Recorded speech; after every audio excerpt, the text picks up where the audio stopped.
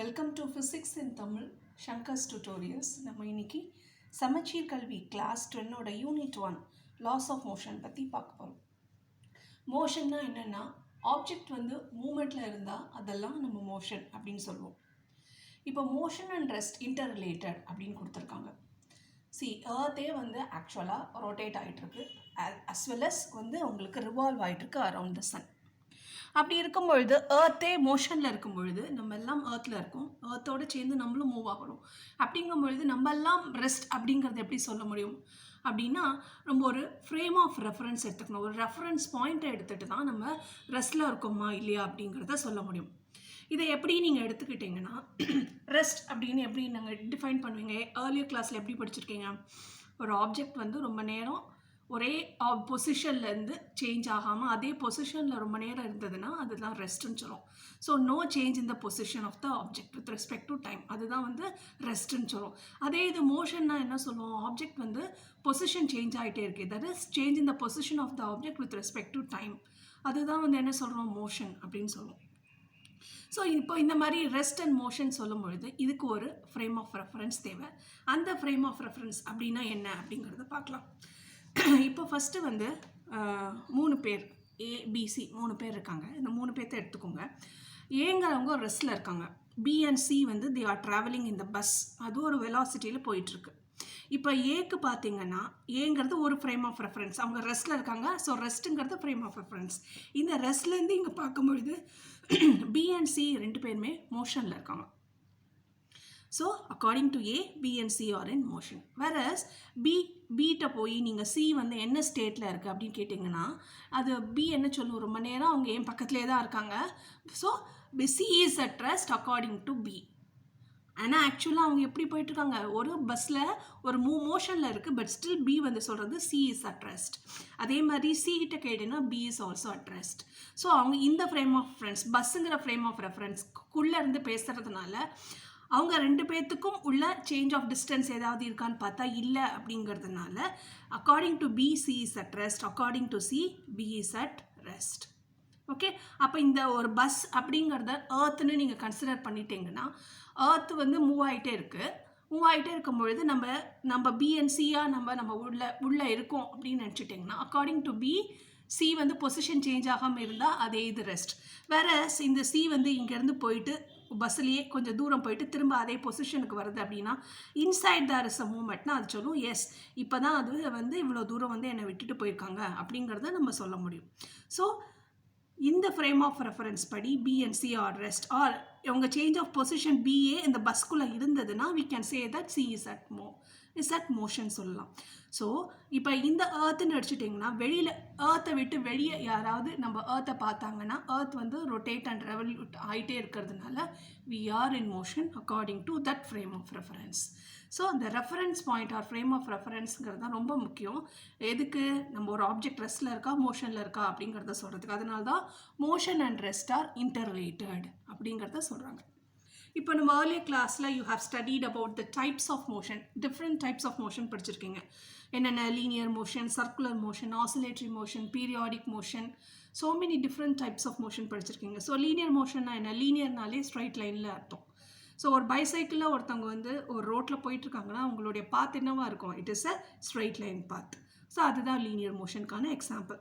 வேறு எக்ஸாம்பிள்ஸும் சொல்லலாம். இப்போ வந்து ஒரு பால் வந்து ஒரு if it is moving in a straight line, அதுவுமே example for the linear motion.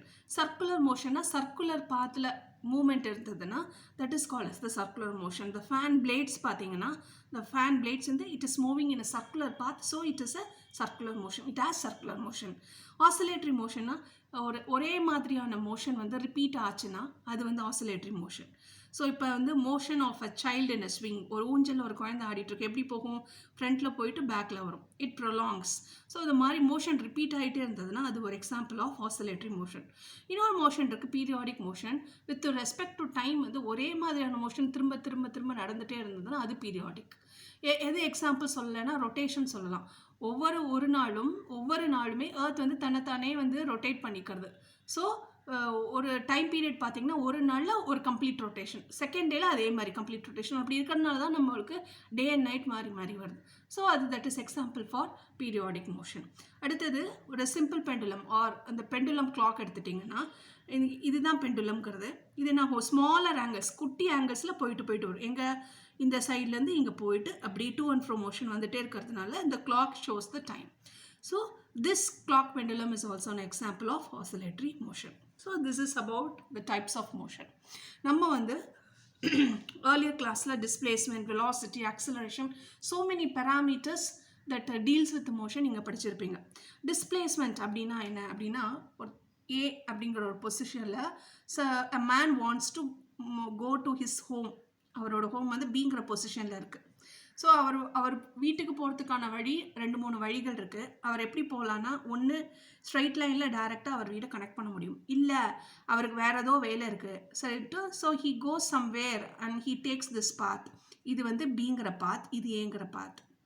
Okay, இப்போ நீங்கள் இதில் பார்த்தீங்கன்னா Bங்கிறது டிஃப்ரெண்ட் பார்ட்ஸ் சூஸ் ஆகுது. அப்போ அந்த டிஸ்டன்ஸ் ட்ராவல்டு எப்படி இருக்குன்னா ரொம்ப லாங்கராக இருக்கும். Whereas displacement அப்படிங்கிறது it is the shortest distance between any two points. So initial position, final position இதுதான்.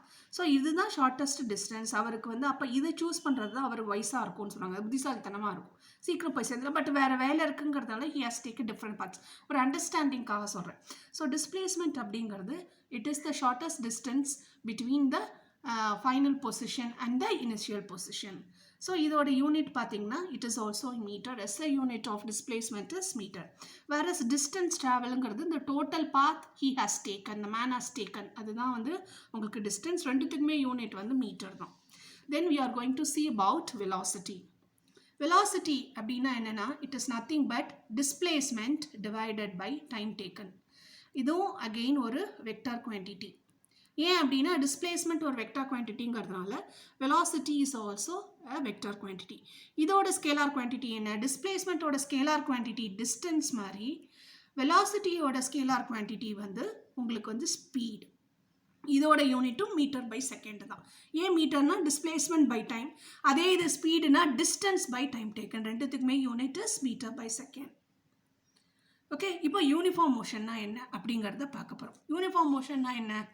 ஒரு object okay it is in motion or ஒரு பால் எடுத்துக்கோங்க, the ball is in motion, அதோட வெலாசிட்டி வந்து u and after some time இது வந்து t is equal to 0 seconds. After 5 seconds அதோட motion பார்த்தீங்கன்னா it is still the same velocity.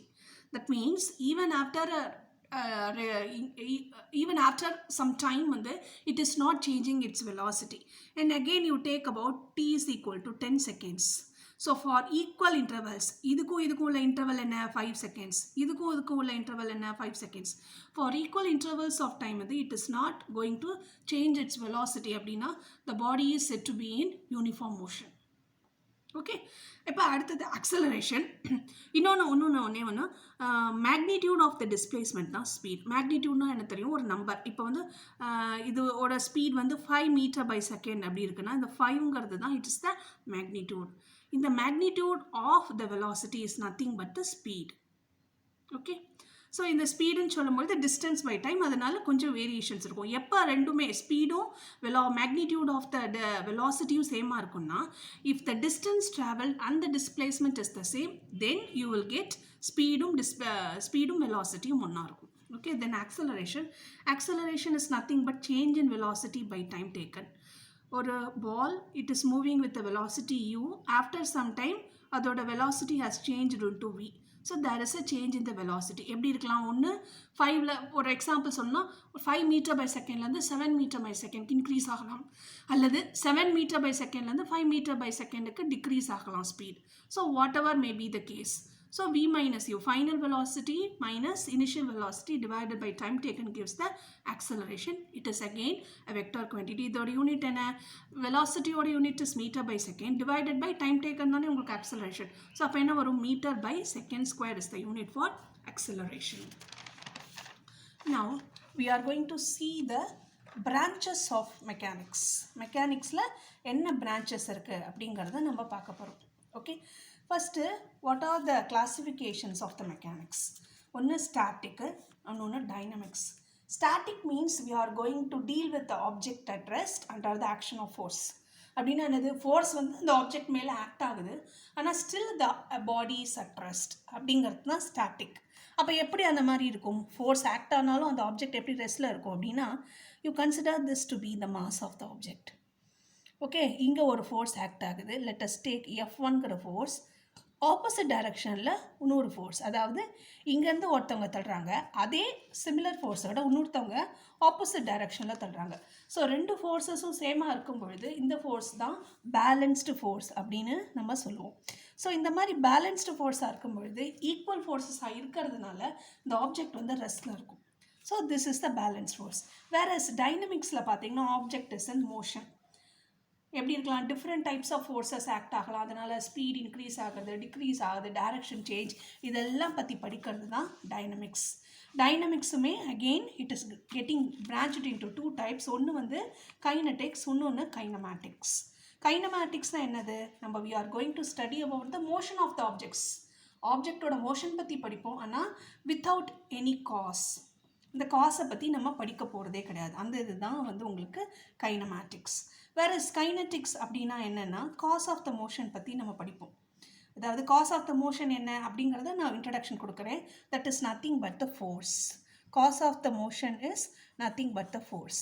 இப்போது மோஷனை பற்றி படிக்க போகிறோம், சைமல்டேனியஸாக ஃபோர்ஸை பற்றியும் படிக்கிறது தான் உங்களுக்கு கைனட்டிக்ஸ். ஸோ ஜென்ரலைஸ்டாக இப்போ ஃபோர்ஸ் அப்படிங்கிற கான்செப்ட் சொல்கிறோம். ஸோ அதுதான் என்னது, காஸ் ஆஃப் த மோஷன் அப்படின்னு சொல்கிறோம். இப்போ முன்னாடி ஏர்லியர் கிளாஸில் நீங்கள் என்னெல்லாம் படிச்சிருக்கீங்க, ஆப்ஜெக்ட் வந்து ரெஸ்ட்டில் இருந்து மூவ்மெண்ட் ஆகுது, இல்லை மோஷனில் இருக்கிற ஆப்ஜெக்ட் வந்து ரெஸ்ட்டுக்கு வருது, அதோட ஸ்பீட் இன்க்ரீஸ் ஆகுது, டிக்ரீஸ் ஆகுது, அதோட டைரக்ஷன் சேஞ்ச் ஆகுது. இதுக்கெல்லாம் என்ன ரீசன் அப்படிலாம் நீங்கள் படிக்கல. வெறுமனே இது ஆப்ஜெக்டோட ஸ்பீட் வந்து இன்க்ரீஸ் ஆகுது, டிக்ரீஸ் ஆகுது.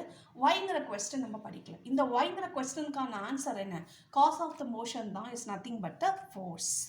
ஸோ ஒரு ஃபோர்ஸ் ஒரு ஆப்ஜெக்ட் மேலே அப்ளை ஆகும் பொழுது அது வந்து ரெஸ்ட்டில் இருந்ததுன்னா அது மோஷனுக்கு போகும். மோஷனில் இருந்த பாடி வந்து ரெஸ்ட்டுக்கு வர சான்சஸ், இல்லைன்னா அதோட ஸ்பீட் இன்க்ரீஸ் ஆகலாம், இல்லை ஸ்பீடு குறையலாம், அதோட டைரக்ஷன் சேஞ்ச் ஆகலாம். இந்த மாதிரி டிஃப்ரெண்ட் கான்செப்ட்ஸ் வந்து ஒரு ஆப்ஜெக்ட் மேலே ஒரு ஃபோர்ஸ் அப்ளை ஆகும்பொழுது different characteristics or properties of the objects வந்து இந்த மாதிரி ஒன்று ரெஸ்ட்டில், இல்லை மோஷனில், இல்லை ஸ்பீடில், டைரக்ஷனில் ஏதாவது ஒரு ப்ராப்பர்ட்டி சேஞ்ச் ஆகலாம், இல்லது நிறைய ப்ராப்பர்ட்டிஸ் சேர்ந்தும் உங்களுக்கு வந்து அந்த ஃபோர்ஸ் அப்ளை ஆகும்போது அந்த ஆப்ஜெக்டோட கேரக்டரிஸ்டிக்ஸ் ஆர் அதோட சேஞ்சஸ்லாம் நடக்கலாம். ஸோ இப்போ இந்த ஃபோர்ஸ் அப்படிங்கிற கான்செப்ட் கொண்டு வந்தாச்சு. ஸோ இப்போ இந்த அரிஸ்டாட்டில் வந்து இந்த ஃபோர்ஸை பற்றி என்ன சொல்கிறார், மோஷன் பற்றி என்ன சொல்கிறார் அப்படின்லாம் பார்க்க போகிறோம். அரிஸ்டாட்டில் என்ன சொல்கிறாருன்னா, ஏர்த்தில் இருக்கக்கூடிய ஆப்ஜெக்ட்ஸ், ஏர்த்லி ஆப்ஜெக்ட்ஸோட நேச்சுரல் ஸ்டேட் வந்து என்னவாக இருக்கும்னா ரெஸ்ட்டில் தான் இருக்கும் அப்படிங்கிறார். நேச்சுரல் ஸ்டேட்லாம் என்ன, இயற்கையான நிலை. ஸ்டேட்னா என்னது, ஒரு நிலை. நீ எந்த நிலையில் இருக்க, அமைதியான நிலையில் இருக்கியா, இல்லை வந்து கோபமான நிலையில் இருக்கியா அப்படிலாம் சொல்லுவோம் இல்லையா. அமைதியான நிலையிலேயே அவர் எப்போவுமே இருப்பார், ஒரு ஸ்டேட். அப்போ அரிஸ்டாட்டிலுக்கு வந்து நேச்சுரல் ஸ்டேட் ஆஃப் ஏர்த்லி ஆப்ஜெக்ட்ஸ்னால் ஏர்த்தில் இருக்கக்கூடிய ஆப்ஜெக்ட்ஸ் எல்லாமே ரெஸ்ட்டில் இருக்குது அப்படிங்கிறாரு. அவர் வந்து டைப்ஸ் ஆஃப் மோஷனை ரெண்டு விதமாக பிரிக்கிறார். ஒன்று நேச்சுரல் மோஷன், இன்னொன்று வயலண்ட் மோஷன். நேச்சுரல் மோஷன்னா என்ன அப்படின்னா ஃபோர்ஸ் இண்டிபெண்ட். ஃபோர்ஸ் இண்டிபெண்ட்னா என்னது, ஃபோர்ஸை டிபெண்ட் பண்ணி இருக்காதுன்னு அர்த்தம்.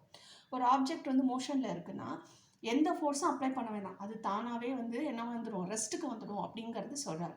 அப்போ நம்ம அந்த ஆப்ஜெக்ட் நிறுத்துறதுக்கு நம்ம எக்ஸ்டர்னலாக வெளியிலேருந்து ஒரு ஃபோர்ஸ், நீங்கள் அதை தடுத்து நிறுத்த வேண்டாம், அதுவே தானாகவே இயல்பு நிலைக்கு வந்துடுங்கிறார். அதுதான் வந்து ஃபோர்ஸ் இண்டிபெண்ட்.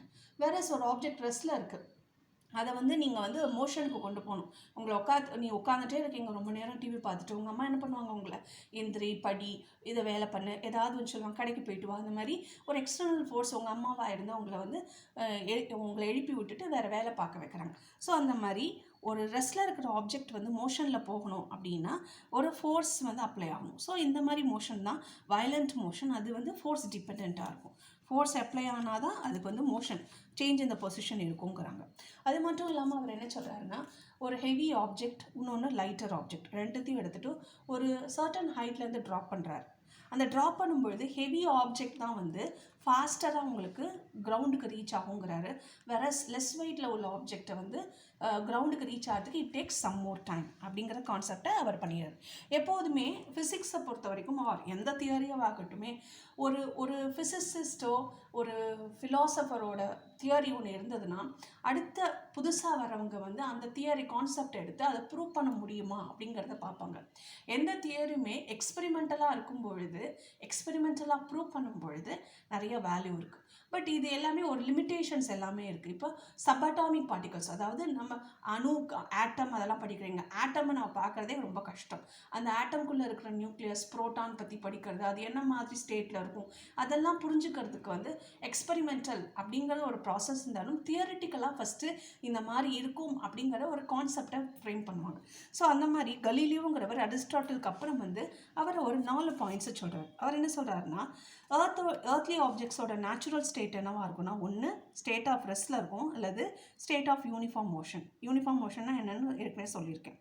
இன்னொன்று அவர் என்ன சொல்கிறாருன்னா, ஒரு ஆப்ஜெக்ட் வந்து ரெஸ்ட்டில் இருந்தால் அது ரெஸ்ட்லேயே தான் இருக்கும், unless and until a force is applied.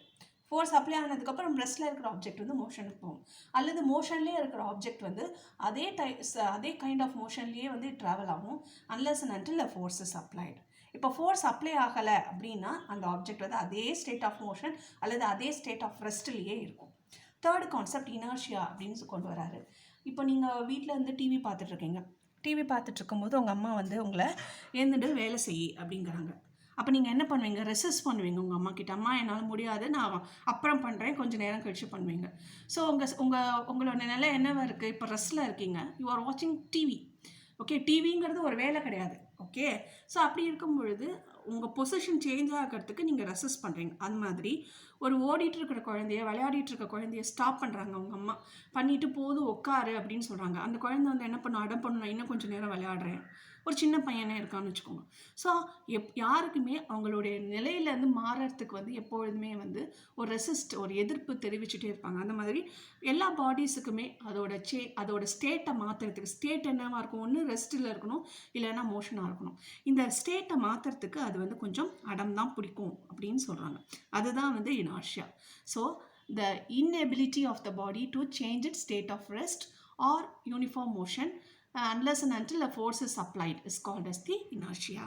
இப்போ அடுத்தது ஃப்ரீ ஃபால்னால் என்னென்னா, இப்போ அரிஸ்டாட்டில் பண்ண மாதிரி கலீலியோ என்ன பண்ணார்? டிஃப்ரெண்ட் ஷேப்ஸு, டிஃப்ரெண்ட் சைஸ் உள்ள ஆப்ஜெக்ட்ஸு, டிஃப்ரெண்ட் மாஸ் உள்ள ஆப்ஜெக்ட்ஸ் எல்லாம் எடுத்துகிட்டு இந்த மாதிரி ஒரு சர்டன் ஹைட்லேருந்து ட்ராப் பண்ணும்பொழுது அவர் என்ன சொன்னார்னா, நெக்லெக்டிங் ஏர் ரெசிஸ்டன்ஸ். அப்படின்னா என்னென்னா, காற்று புறந்தள்ளிட்டு, ஓகே, காற்று இல்லாமல் இருந்ததுன்னா எந்த ஆப்ஜெக்ட் எந்த மாஸாக இருந்தாலும் எந்த ஷேப்பாக இருந்தாலும், ஒரு ஹெவி வெயிட் ஆப்ஜெக்ட், ஒரு லைட் வெயிட் ஆப்ஜெக்ட், ஒரு அயன் பால் எடுத்துக்கிறீங்க, இல்லைன்னா ஒரு ஃபெதர் எடுத்துக்கிறீங்க, ரெண்டுத்துக்கும் ரொம்ப மாஸ் டிஃப்ரெண்ட், ஷேப்பு, சைஸ் எல்லாமே டிஃப்ரெண்ட்டாக இருக்குது. ஆனால் அந்த இடத்துல ஏர் இல்லாமல் வெற்றிடமாக வேக்குமாக இருக்கும் பொழுது ரெண்டுமே வந்து ஒரே டைட்டில் சேம் ரேட்னாலே வித் ரெஸ்பெக்ட் டு டைம் அர்த்தம். வித் ரெஸ்பெக்ட் டு டைம் ஒரே நேரத்தில் ட்ராப் பண்ணும்பொழுது அது வந்து it will reach the ground at the same time. கிரவுண்டில் வந்து ஒரே டைத்தில் வந்து ரீச் ஆகும் அப்படிங்கிறது கலீலியோட கான்செப்ட். ஸோ இந்த மாதிரி பண்ணுறதுக்கு you need to have a specialised room. அதை வந்து ப்ரெஷர்லாம் சக் பண்ணி எடுத்துகிட்டு வேக்யூமில் வந்து நீங்கள் இந்த எக்ஸ்பெரிமெண்ட் பண்ணும்பொழுது irrespective of the shape or mass all the objects will reach the ground at the same time. ரேட்னா வித் ரெஸ்பெக்ட் டு டைம் அப்படின்னு அர்த்தம். நெக்ஸ்ட்டு வந்து இனர்ஷியானா என்ன? இப்போ தான் பார்த்தோம். The inherent ability of the body to resist the change of rest or of motion unless and until a force is applied is called as inertia. என்னடா இவ்வளோலாம் இருக்குது அப்படின்னு பயப்படாதீங்க. இப்போ என்ன அப்படின்னா, நம்ம இடம் பிடிச்ச குழந்தை பார்த்த மாதிரி இப்போ வந்து ஒருத்தவங்க பஸ்ஸில் ட்ராவல் ஆகிட்டுருக்காங்க. ஸோ அவங்க நின்றுட்டு ட்ராவல் ஆகிட்டுருக்காங்க. அந்த bus is in motion with velocity v. சடனாக பிரேக் போடுறாங்க. பிரேக் போடுறதுக்கு முன்னாடி அது என்னவாக இருந்தது? அந்த பஸ்ஸோடு சேர்ந்து அதுவுமே அதே வெலாசிட்டியில் ட்ராவல் ஆகிட்டு தான் இருந்திருக்காங்க ஆக்சுவலாக. ஓகே, வெளியிலேருந்து பார்க்குறவங்களுக்கு அவங்க என்னவாக தான் இருக்காங்க? மோஷனில் தான் இருக்காங்க. பட் பஸ்ஸுக்குள்ளே ஒரே இடத்துல ரொம்ப நேரம் இருந்தாங்கன்னா பஸ்ஸுக்குள்ளே அவங்க ரெஸ்ட்டில் இருக்காங்க. But according to a person who is standing outside the bus அவங்க பார்க்கும்போது தே ஆர் இன் மோஷன். இப்போ புரியுறத ஃபேம் ஆஃப் ரெஃபரன்ஸுங்கிறது. ஸோ இப்போ ஆல்ரெடி இந்த ஃபார்வர்ட் மோஷனில் இருக்காங்க. இப்போ சடனாக பிரேக் போடும்போது என்ன ஆகும்? Bus comes to rest in a seconds. In few செகண்ட்ஸில் ஒரு 1 or 2 செகண்ட்ஸில் வந்து உங்களுக்கு வந்து பிரேக் அடிக்கும்பொழுது ஸ்டாப் ஆகிடும். அப்போ வந்து ஸ்டாப் ஆகுறதுனா என்ன பொசிஷன்? ரெஸ்ட் பொசிஷனுக்கு வரும். பட் ப்ரீவியஸாக உள்ள பொசிஷன் என்ன? Forward motion. பிரேக் அடிக்கிறதுனால இது ஃபார்வர்ட் மோஷன்லேயே தான் போக ட்ரை பண்ணும் instead of remaining at rest. So அவங்களுடைய ஒரிஜினல் பொசிஷன் இந்த மாதிரி இருந்தது. ஃபார்வர்ட் மோஷனில் பிரேக் அடிக்கும் பொழுது என்ன பண்ணுறாங்க? அதே ஃபார்வர்ட் மோஷனில் போகணும் அப்படின்னு சொல்லிட்டு அவங்களோட அப்பர் பார்ட் ஆஃப் த பாடி மட்டும் ஃபார்வர்டாக லீன் ஆகிறது. இதுதான் வந்து உங்களுக்கு இனர்ஷியா அப்படிங்கிறது.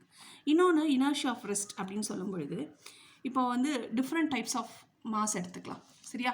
ஒன்று குட்டி பால் எடுத்துக்கிறோம். அந்த குட்டி பாலை வந்து நம்ம நகர்த்த ட்ரை பண்ணுறோம். சரியா? let us take this. இது ஒரு குட்டி அட்டை. இதை வந்து நான் நகர்த்துறதுக்கு ஒரு லைட் ஃபோர்ஸ் கொடுத்தா போதும். அதே இது ஒரு ஹெவி வெயிட் உள்ள ஒரு புக்கை வந்து நான் நகர்த்தணும், ஒரு பெரிய ஸ்டோனை நகர்த்தணும்னா நான் கொடுக்குற ஃபோர்ஸ் வந்து பத்தாது. That means I need to apply a larger amount of force to move the object from this place. அப்போனா இந்த இனர்ஷியாங்கிறது எதை பொறுத்து இருக்குது? இந்த இடத்த விட்டு நகர மாட்டேன் நடம் பிடிக்கிறதான இனர்ஷியான்னு பார்த்தோம் இல்லையா? இப்போ வந்து அது வந்து மாஸ் ஆஃப் த ஆப்ஜெக்டை பொறுத்து இருக்குது.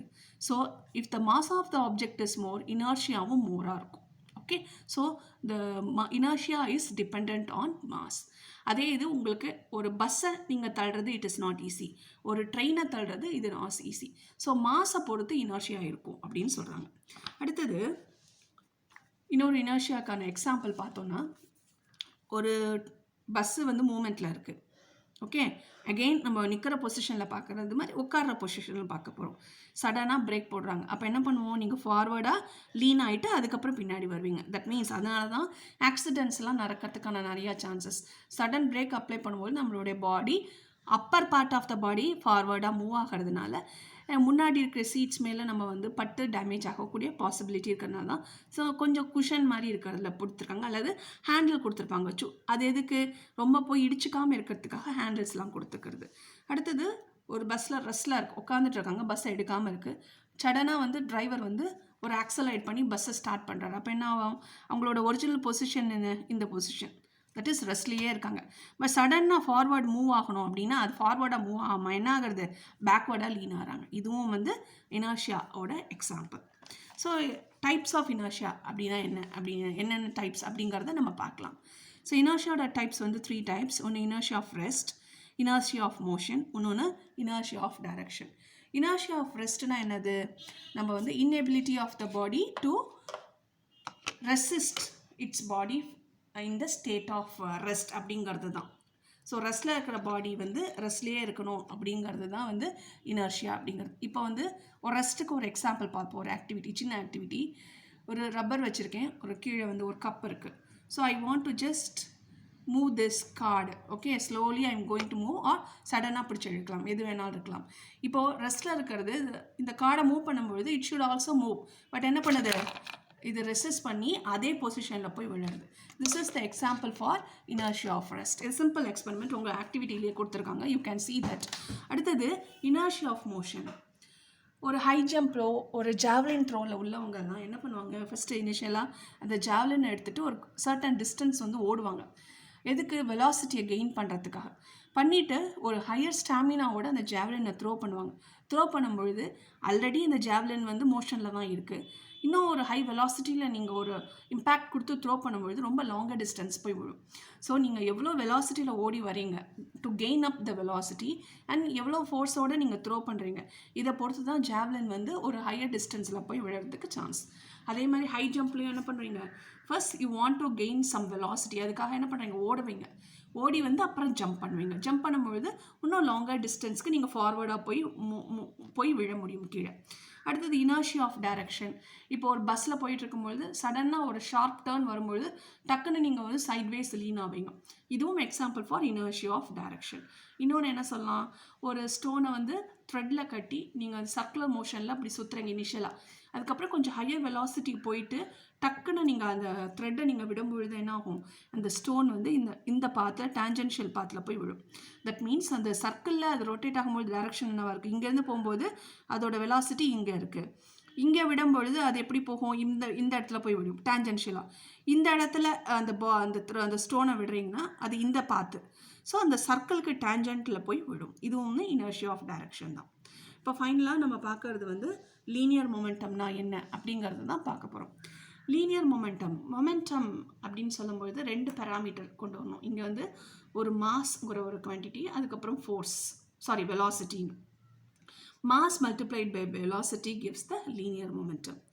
இதுதான் வந்து it quantifies the impact of force. அப்படின்னா என்ன அப்படின்னா, ஒரு ஃபோர்ஸ் அப்ளை ஆகிறதுனால என்னெல்லாம் நடக்கும்னு பார்த்தோம். அதோட பாதிப்பு எப்போ ஜாஸ்தியாக இருக்கும் அப்படின்னா, ஃபோர்ஸோட பாதிப்பு மேக்ஸிமம் எப்போ இருக்குன்னா, ஒரு ஆப்ஜெக்டோட மாஸ் ரொம்ப ஜாஸ்தியாகவும் அதோட வெலாசிட்டி ரொம்ப ஜாஸ்தியாக இருக்கும் பொழுது அந்த இம்பேக்டும் ஜாஸ்தியாக இருக்கும். இந்த இம்பேக்ட் ஆஃப் ஃபோர்ஸ் எவ்வளோ குவான்டிஃபைஸ், ஹவு மச் இட் இஸ், அந்த ஃபோர்ஸ் எவ்வளோ, அந்த இம்பேக்ட் ஆஃப் ஃபோர்ஸ் எவ்வளோன்னு கண்டுபிடிக்கிறது தான் லீனியர் மொமெண்டம். அது வந்து மாஸ் இன்ட்டு வெலாசிட்டி. இப்போ நீங்கள் ஒரு ட்ரக் எடுத்துக்கோங்க, அதோட மாஸ் ஹெவியாக இருக்கும், சரியா? இப்போ அது சடனாக பக்கத்தில் உள்ளவங்க மேலே அந்த ஒரு ட்ரக்கை விழுந்ததுன்னா, even if it has rest, okay, அதோட பாதிப்பு இம்பேக்ட் எப்படி இருக்கும், ரொம்ப ஜாஸ்தியாக இருக்கும். நம்ம மேலே ஒரு சைக்கிள் விழுறதுக்கும் நம்ம மேலே ஒரு ஹெவி ஆப்ஜெக்ட் விழுறதுக்குமான இம்பேக்ட் என்னங்கிறது நமக்கு தெரியும். அதே சமயம் அதே ட்ரக் வந்து ஒரு மூமெண்ட்டில் இருக்குது, ஒரு வெலாசிட்டியில் ட்ராவல் ஆகிட்டே இருக்கும் பொழுது, ஆக்சிடென்ட் நடக்கும்பொழுது அதோட இம்பேக்ட், அதோட பாதிப்பும் ரொம்ப டேமேஜஸ்லாம் ரொம்ப ஜாஸ்தியாக இருக்கும். ஸோ இதுதான் லீனியர் மொமெண்டம் அப்படிங்கிறது. So it quantifies the impact of force. இதோட யூனிட் பார்த்தீங்கன்னா கிலோகிராம் மீட்டர் பை செகண்ட். ஏன் மாஸோட யூனிட் கிலோகிராம், எஸ்ஐ யூனிட், வெலாசிட்டியோட யூனிட் வந்து மீட்டர் பை செகண்ட். ஸோ அதோட யூனிட் வந்து கிலோகிராம் மீட்டர் பை செகண்ட். இதுவும் ஒரு வெக்டார் குவான்டிட்டி தான். Linear momentum is also a vector quantity. அதோட டைரக்ஷன் எப்படி இருக்குன்னா, வெலாசிட்டி எந்த டைரக்ஷனோ அதே டைரக்ஷனில் தான் லீனியர் மொமெண்டம் இருக்கும். So with this part is over. Next we are going to see about Newton's laws of motion in the next video. Thank you.